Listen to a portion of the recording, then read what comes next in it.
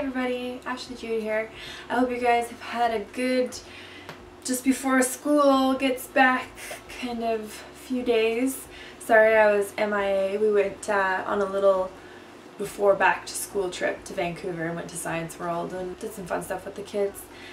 And then we came back and then it was time to get ready for school. So anyway, I come to you today to talk to you about a few things that I think you should think about when you're wanting to start a cloth pad stash, or when you want to start to try using cloth pads.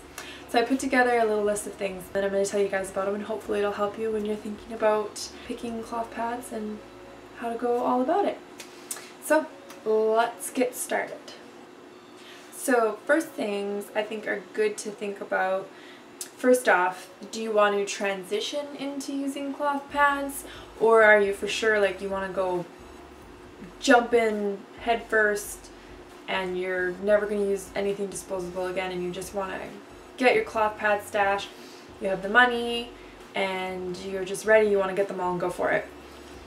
Or like I said, do you want to transition? Maybe you know you're using tampons and some disposable pads right now, and maybe you want to transition over to using organic tampons and, you know, using cloth pads when you're at home, or maybe you want to get a menstrual cup and then transition your disposables to cloth pads.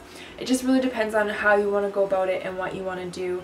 And are you looking at more internal protection, or do you not like internal protection at all and you need just cloth pads? Because if you're looking at using internal protection, you're not going to need as many cloth pads as if you just want to do cloth pads. You don't want to use any kind of internal protection. So that's something big to think about. Also, if you just are wanting to transition, you might just want to get, you know, one of each kind of absorbency of pad and just kind of try them out and slowly just get them here and there as you go along. It just really depends on what you want to do. Other two things to think about are how often are you going to do your laundry when you're using cloth pads? Are you going to get just enough cloth pads to get you through the day and you're going to wash every day? Or do you want to work your way up to have enough cloth pads to last your cycle and you just wash at the end of your cycle? Which is what I think typically most people would, that's what would be the ideal situation, is to be able to have enough cloth pads, you know, to use through your cycle and then wash at the end. So that brings to another question: how long is your cycle? You know, if you have, and how heavy is your flow as well? If you have a light flow and your period only lasts 3 days, well, then you're not going to really need a whole lot of pads. But if you're like someone like me, for instance, the first few days are really heavy and you know your period can last anywhere from like usually up to 6 days, then you're going to probably need more, especially like I said, if you want to wash at the end of your cycle like I do. And when you're picking a cloth pad style and absorbency, I would say think about the disposable pads that you're using now, because chances are if you've had your period for a while, you've gone through some brands and some styles and you know what you like and what you don't like.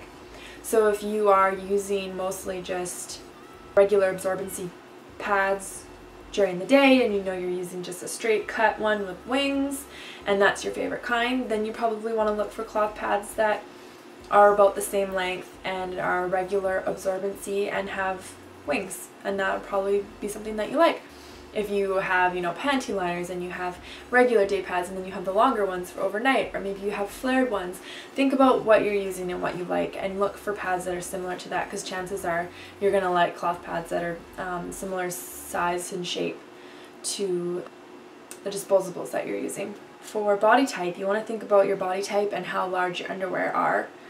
Most pad widths I find are usually between like 2.5 to 2 3/4 for the most part, somewhere in between there when snapped up. That's kind of like the average sizing. I like about the 2.5 width. Snapped is good for me. If you have a smaller underwear, then you might want something that snaps up a little smaller, or think about adding extra snaps to your pads when you get them.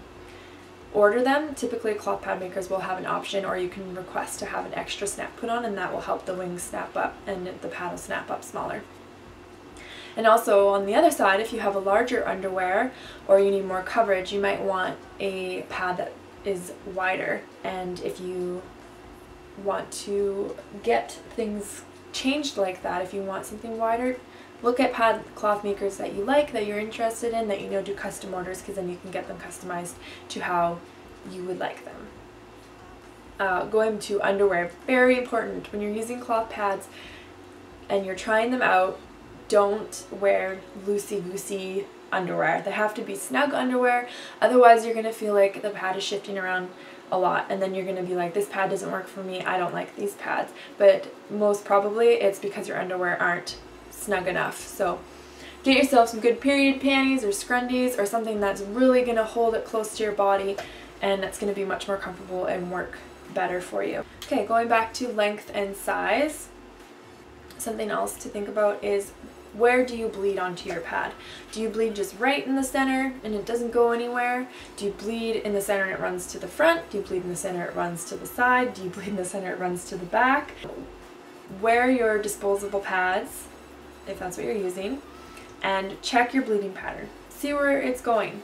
See where you have problems with running off or leaking on your disposable pads, because that'll give you some idea of, do you need maybe a flared back pad, or do you need a flared front pad, or do you need a wider gusset because you bleed a lot off to the side, or maybe larger wings.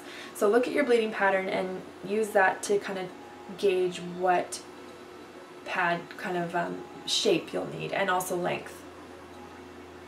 If you, like for me personally, I like to use my overnight pads, I like to have them be longer or flared, because I typically bleed into the middle and run to the back. And during the day, I also like a little bit longer pad, like around 10, maybe 11 inches on my heavy days, if I'm kind of sitting, you know, on the couch and slouching, because I'll run back to the back of my pad as well. But on my regular days, I can do a shorter pad if I'm like up and about and walking around and stuff. So things to consider. And speaking of your flow, how heavy is your flow? Do you have a really, really heavy flow and probably need a lot more heavy pads, and say probably don't need light pads? If you're like me, I have my heavy pads and my overnight pads, and then I have a lot of regular pads because I will just change them more frequently, and I really don't have that many light pads. I usually use my regulars as like my lights, and then I have liners. But if you don't have a really heavy flow, then skip the heavy pads and just use the regular pads. So you kind of have to get a feel for what your body is doing, what your flow is like, and that will help you to determine how many pads you need and what absorbencies you need. Basically, what I did when I started my cloth pad stash was I watched videos. I watched YouTube reviews, and I looked for pads that I thought would be similar to what I was already using in disposables and what I liked about them. I just went out and got a few here and there, and once I started learning what size and shape I liked and top fabric, then I just started kind of going towards that more and getting enough. You know, obviously now I have way more than I would need. Someone that wasn't doing a YouTube channel or wasn't addicted to pads like I am, you don't need as many as I have. It really just depends on your flow and the length of your cycle of how many. I can't really tell you how many that you need. I would say keep track of how many disposables you use. Maybe just mark down when you're on your cycle, you know, how many did you use that day. On your heavy day, you know, you changed your pad this many times and it was a heavy pad, and kind of just tick off for a whole cycle how many pads you used. So then you'll have a total idea of how many regulars, how many heavies, and how many panty liners that you might need. And you can go ahead and get some of those and try them out and see what you like. If you don't like a pad, or it doesn't work out for you or whatnot, don't worry, you can go on a Facebook buy sell trade group. You can trade them for some other pads. Lots of women sell really gently used pads that are clean, you know, no to minimal staining, so you can trade them, buy different ones, sell them, and get something that you do like. So don't worry, relax, have fun, and I know that you guys will find pads that you love, just like me, and I hope that you find this video helpful. Make sure you like this video, subscribe to my channel if you aren't already, and I'll see you next time. That's all. Be well, babes.